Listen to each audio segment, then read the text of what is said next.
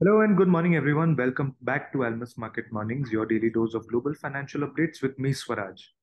Let us look at some ongoing narratives in the financial markets.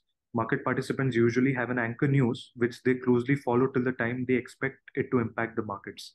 The moment this uncertainty is resolved, the focus changes. The focus this time around has been on the debt ceiling, with markets being uncertain on whether the parties are close to a resolution. On a bit more positive front, Japanese numbers beat estimates when it comes to Jan to March GDP growth figures, private consumption, and capex. A lot more is going on in the markets, including a few Fed member speeches. Good morning, JK. Take us through some of these developments and your thoughts on the markets. Good morning, Swaraj. Yes, as you said, currently the chief focus of the market has been on the debt ceiling because that is one event which which has a huge implication. And although the occurrence of the event, or rather the default, which the market dreads itself, is a low probability. But actually, as we opened the markets on Wednesday, it was on a positive note because the scheduled meeting between Biden and the congressional leaders seemed to have ended on a good note. And in fact, the McCarthy, which was coming out of the meeting, said that it is possible to get a deal done by the end of the week, and that was a very positive note. Although he also said that we are still very far apart. So it does appear that guys are making good effort to see that this is resolved. But amid so much of focus on the debt ceiling, we also have had a lot of data to digest yesterday, and chiefly we had the Chinese data in the morning on the retail sales, industrial production, and unemployment. All of them, though, were better than last month. They fell far below the expectations. And in the context of the last week's numbers, where the Chinese imports and exports fell drastically, and also their inflation showed a downward trend, or rather, it was a deflationary situation. Market has been having, looking at China as a very negative influence on the overall growth of the global economy, and possibly expecting more easing action from China, which in order to prop up their economy. So that's the reason why you find the Chinese one actually broken. At least the offshore one has broken the psychological 7 marker. Following China, we had the unemployment numbers from UK. It was disappointing, definitely. And definitely the number of vacancies are lower, and the unemployment rate itself has inched up. And all this possibly due to the higher interest rates that the UK has been facing, with high inflation, and with inflation not coming down, or rather inflation still ruling at 10%, more than 10%. I think they have to live with higher rates for much longer period. So that was another event. Then we had the Eurozone zoo sentiment index, which again was on the lower side, continuing the weak data that we have been seeing from Eurozone of late. And one of the reasons for the zoo being weak was also the high interest rates and the inflation that is not relented much. So that was as far as the Europe is concerned. And as we were entered the US, it was a mixed picture. We had the monthly retail sales number, which was uh, slightly weaker on the headline. But when you look at the details, X autos and gas, it was a very strong number. So market took that as a very positive number, and industrial production was definitely better than expected. The National Association of Home Builders index on house data also was better than expected, coming at 50 versus 45 expected. And this is the first time it assessed the 50, and 50 is the dividing mark between expansion and contraction. So all in all, US data was good. And as you said, Japanese data today morning has also suppressed to the upside. So we have a global economy which is actually giving now mixed picture. US economy is not shown as much tendency to contract as people were expecting earlier. It has been weak in patches, but not entirely weak.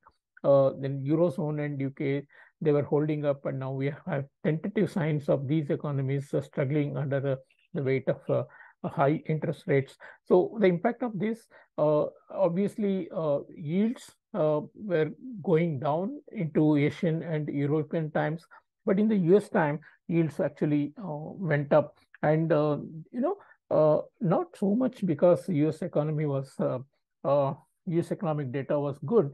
It got a momentum, big momentum upward after uh, Pfizer's proposal to raise 31 billion of long-term money, that is 20, 30, and 40-year bonds, which led to investors were seen switching from treasuries to the Pfizer bonds, and this Pfizer's issue is the fourth largest issuance by in the US, and the 40-year bond, for instance, has been yielding 1.6% more over the treasury. So investors seem to have a lot of confidence in this corporate issue, and that's the reason why treasuries were sold across the maturities, and we saw yields rise across the tenors, particularly on the 30-year bond yield seems to have given a technical breakout and possibly targeting 4% now. And in what has become a routine, more Fed members have expressed that they were not averse to more rate hikes if that was warranted, and also a data-dependent approach. Mester was more specifically saying that Fed has not gotten into a position of a pause. On the stocks, mixed economic reports did not help stocks, which took more clues from corporate projections, and also the continued saga on debt ceiling talks as we inch closer to the X date. On the dollar, steadier data on the retail sales and higher industrial production, has seen the yields rise across tenors, which has supported the dollar.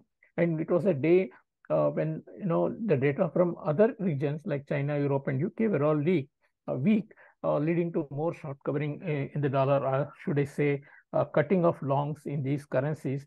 But yes, I think we haven't seen the euro react so much in the last 24 hours because it has already fallen more than 2% from the highs.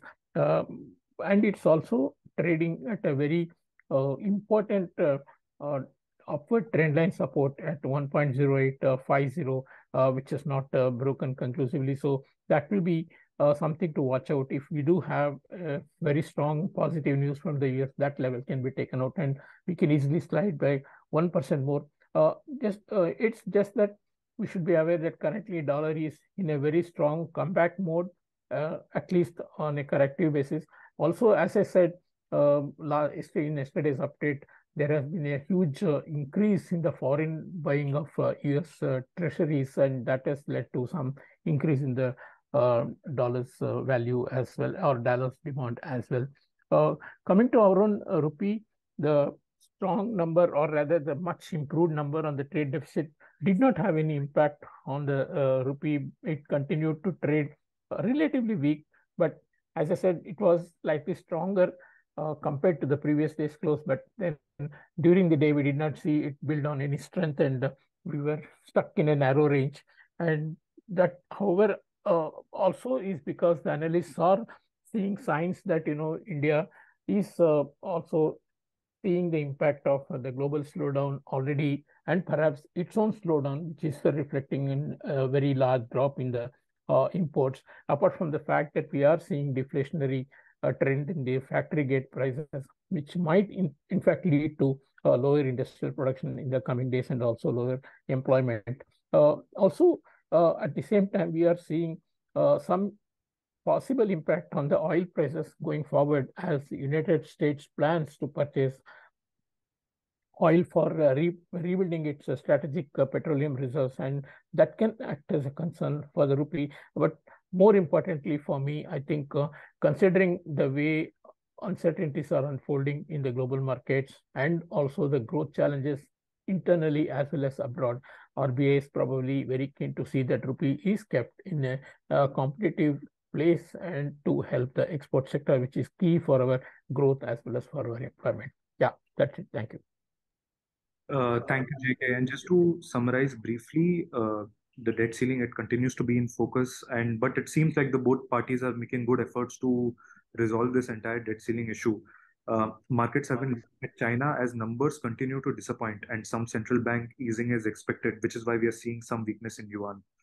For UK, however, inflation remains a major concern, instilling the higher for longer stance for the UK central bank, while the high interest rate and inflation continues to impact the Eurozone sentiment amidst mixed data. Uh, when it comes to Fed numbers speeches, they are saying the situation of a pause has still not been reached, contradictory to what the markets are expecting. So it will be all very interesting to see how it all pans out. On the domestic front, of course, trade deficit numbers did not have much impact on rupee. We continue to trade on a slightly weaker front, and we are stuck in a narrow range. Thank you so much for listening. We'll see you all tomorrow with the latest round of updates. Thank you.